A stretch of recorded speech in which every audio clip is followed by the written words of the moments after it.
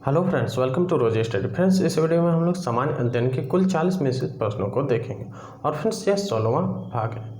इससे रिलेटेड 15 और video playlist में आपको मिल जाएगा, वहां से आप देखना चाहते हैं तो देख सकते हैं। आज के इस वीडियो में 40 में से प्रश्नों को देखेंगे जो कि किसी न किसी प्रतियोगिता परीक्षा में पूछे गए और भविष्य में भी आने की संभावना बनी रहेगी।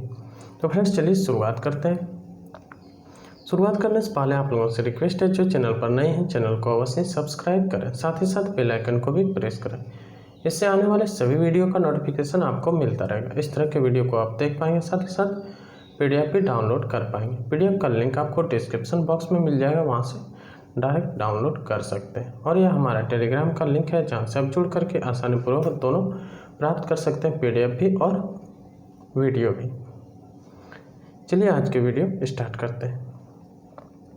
पहला प्रश्न है, विश्व का प्रथम योग विश्वविद्यालय कहाँ स्थित है? विश्व का प्रथम योग विश्वविद्यालय स्थित है मुंगेर, बिहार में। अगला प्रश्न है, अलाउद्दीन खिलजी की आर्थिक नीति की व्यापक जानकारी जियाउद्दीन बिरनी की किस कृति में मिलती है?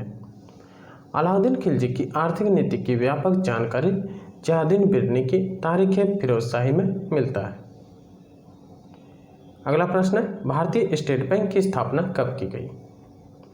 भारतीय स्टेट बैंक की स्थापना कब किया गया? 1 जुलाई 1955 ईस्वी को किया गया। अगला प्रश्न है, 1781 ईस्वी में उपनिवेशी सेना के सम्मुख आत्मसमर्पण करने वाला ब्रिटेन का सेनापति कौन था? ब्रिटेन का वह सेनापति लॉर्ड कॉर्नवालिस थे, जो 1781 में उपनिवेशी सेना के सम्मुख आत्मसमर्पण कर दिए थे। अगला प्रश्न है, भारत के रत्न एवं आभूषण का सबसे बड़ा आयातक देश कौन सा है? भारत के रत्न एवं आभूषण का सबसे बड़ा आयातक देश है संयुक्त राज्य अमेरिका, यूएसए। अगला प्रश्न है, सेंट्रल स्कूल ऑफ संस्कृत कहाँ स्थित है? सेंट्रल स्कूल ऑफ संस्कृत स्थित है तिरुपति, आंध्र प्रदेश में। अगला प्रश्न है, किसे जीतने के बाद अलाउद्दीन खिलजी ने अपने पुत्र खिजर खां के नाम पर उसका नाम खिजराबाद रखा था? मेवाड़ को जीतने के बाद अलाउद्दीन खिलजी ने अपने पुत्र खिजर खां के नाम पर उसका नाम खिजराबाद रखा था। क्लियर है? अगला प्रश्न है, अर्धचालक की चालकता 0 डिग्री केल्विन ताप पर कितनी होती है? 0 डिग्री केल्विन पर 0 होती है। किसकी चालकता? अर्धचालक की चालकता। क्लियर है? अगला प्रश्न देखते हैं, सर्वप्रथम किस राज्य में लोक अदालत आयोजित की गई थी? सबसे पहले गुजरात राज्य में लोक अदालत आयोजित की गई थी। कौन सा राज्य में? गुजरात राज्य में। अगला प्रश्न है, अल्ना में हड्डियों की संख्या कितनी होती है? अल्ना में हड्डियों की संख्या 2 होती है। अगला प्रश्न है, सुल्तान बनने के पूर्व इल्तुतमिश कहाँ का सूबेदार था? सुल्तान बनने से पहले इल्तुतमिश बदायूं का सूबेदार था। अगला प्रश्न है, विश्व का वह एकमात्र देश कौन सा है जिसमें महिलाओं के लिए सैन्य सेवा अनिवार्य है? विश्व का वह एकमात्र ऐसा देश है इजराइल, जिसमें महिलाओं के लिए सैन्य सेवा अनिवार्य है।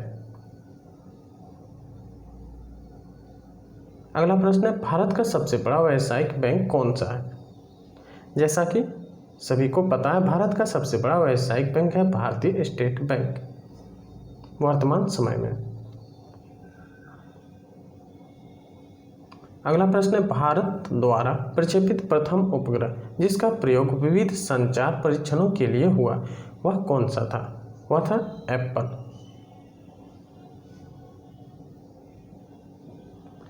अगला प्रश्न है, बुदू जनजाति कहाँ पाई जाती है? बुदू जनजाति पाई जाती है फ्रेंड्स अरब के मरुस्थलों में। अगला प्रश्न है, भारत में व्यापारिक वायु सेवा की स्थापना किसने की थी? भारत में व्यापारिक वायु सेवा की स्थापना JRD टाटा ने किए थे। अगला प्रश्न है, कालीबंगा स्थल राजस्थान के किस जिले में है? कालीबंगा स्थल राजस्थान के गंगानगर जिले में है। अगला प्रश्न है, एक मोल किसके समतुल्य होता है? एक मोल 6.023 × 10⁻23 इसके समतुल्य होता है। इसमें फ्रेंड्स और मुख्य बातें हैं। मोल एक SI मूल इकाई है जो पदार्थ की मात्रा का मापन करता है। यह एक गण्य इकाई है। एक मोल में एवोगाड्रो संख्या के बराबर लगभग 6.02214 × 10⁻23 परमाणु अणु अन्य आरंभिक कण होते हैं। क्लियर है? अगला प्रश्न है, इलाहाबाद उच्च न्यायालय की स्थापना कब की गई? इलाहाबाद उच्च न्यायालय की स्थापना 1866 ईस्वी में किया गया। अगला प्रश्न है, जल के 4 डिग्री सेंटीग्रेड पर शरीर तैरता है। यदि तापमान 100 डिग्री हो तब फिर क्या होगा? क्या होगा? शरीर डूब जाएगा। अगला प्रश्न है, रेफ्रिजरेटर में फ्रीजर पेटिका को ऊपर रखा जाता है। यह किसका उदाहरण है? यह उदाहरण है संवहन का। अगला प्रश्न है, लोकसभा में अनुसूचित जनजाति के लिए कितने सीटें आरक्षित है? लोकसभा में अनुसूचित जनजाति के लिए 47 सीटें आरक्षित है। अगला प्रश्न है, द्रव्य के रूप में पाए जाने वाले प्रमुख तत्व कौन कौन है? द्रव के रूप में पाए जाने वाले प्रमुख तत्व है पारा एवं ब्रोमीन। ठीक है। अगला प्रश्न है, रैयतवाड़ी व्यवस्था कब लागू की गई? रैयतवाड़ी व्यवस्था लागू की गई 1820 ईस्वी में। अगला प्रश्न है, राष्ट्रीय शिक्षा दिवस कब मनाया जाता है? राष्ट्रीय शिक्षा दिवस मनाया जाता है 11 नवंबर को।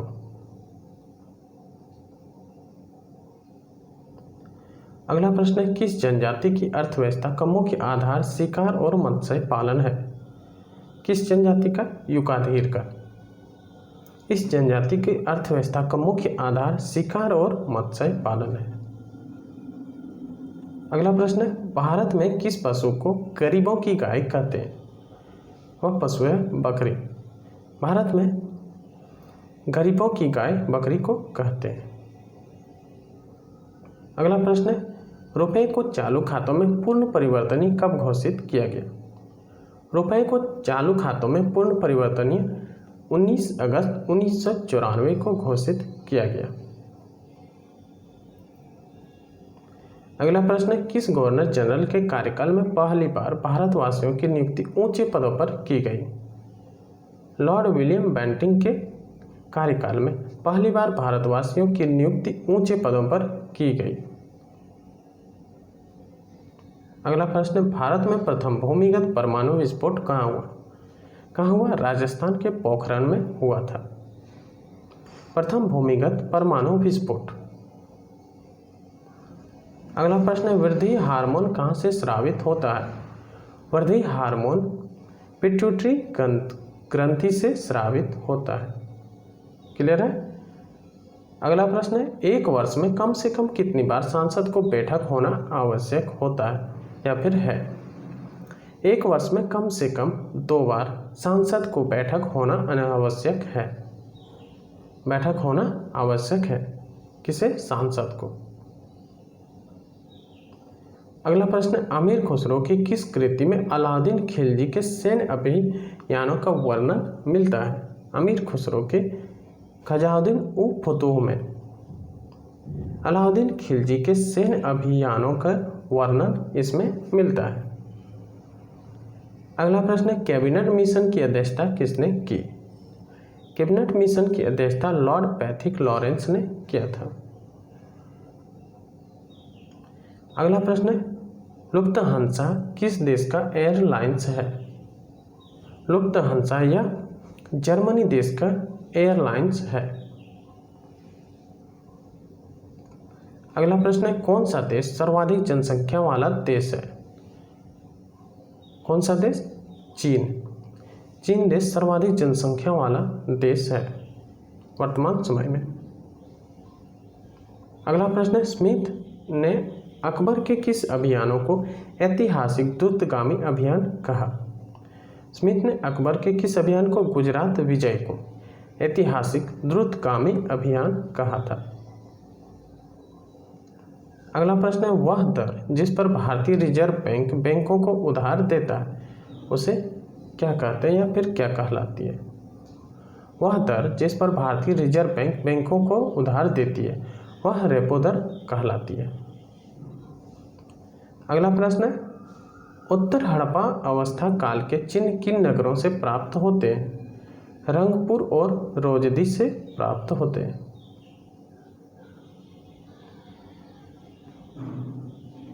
अगला प्रश्न है, ट्रांस वर्ल्ड एयरलाइंस किस देश की वायु सेवाएं है? ट्रांस वर्ल्ड एयरलाइंस यह संयुक्त राज्य अमेरिका की वायु सेवाएं हैं। तो फ्रेंड्स यह थे 40 महत्वपूर्ण प्रश्न। उम्मीद करते हैं वीडियो आपको अच्छा लगा होगा। फ्रेंड्स अगर वीडियो अच्छा लगा हो तो लाइक करें, दोस्तों के साथ शेयर करें और कमेंट करके बताएं आपको वीडियो कैसा लगा। साथ ही साथ चैनल पर पहली बार आए थे चैनल को अवश्य सब्सक्राइब करें और सपोर्ट भी करें। मिलते हैं फिर नेक्स्ट वीडियो में, तब तक के लिए जय हिंद।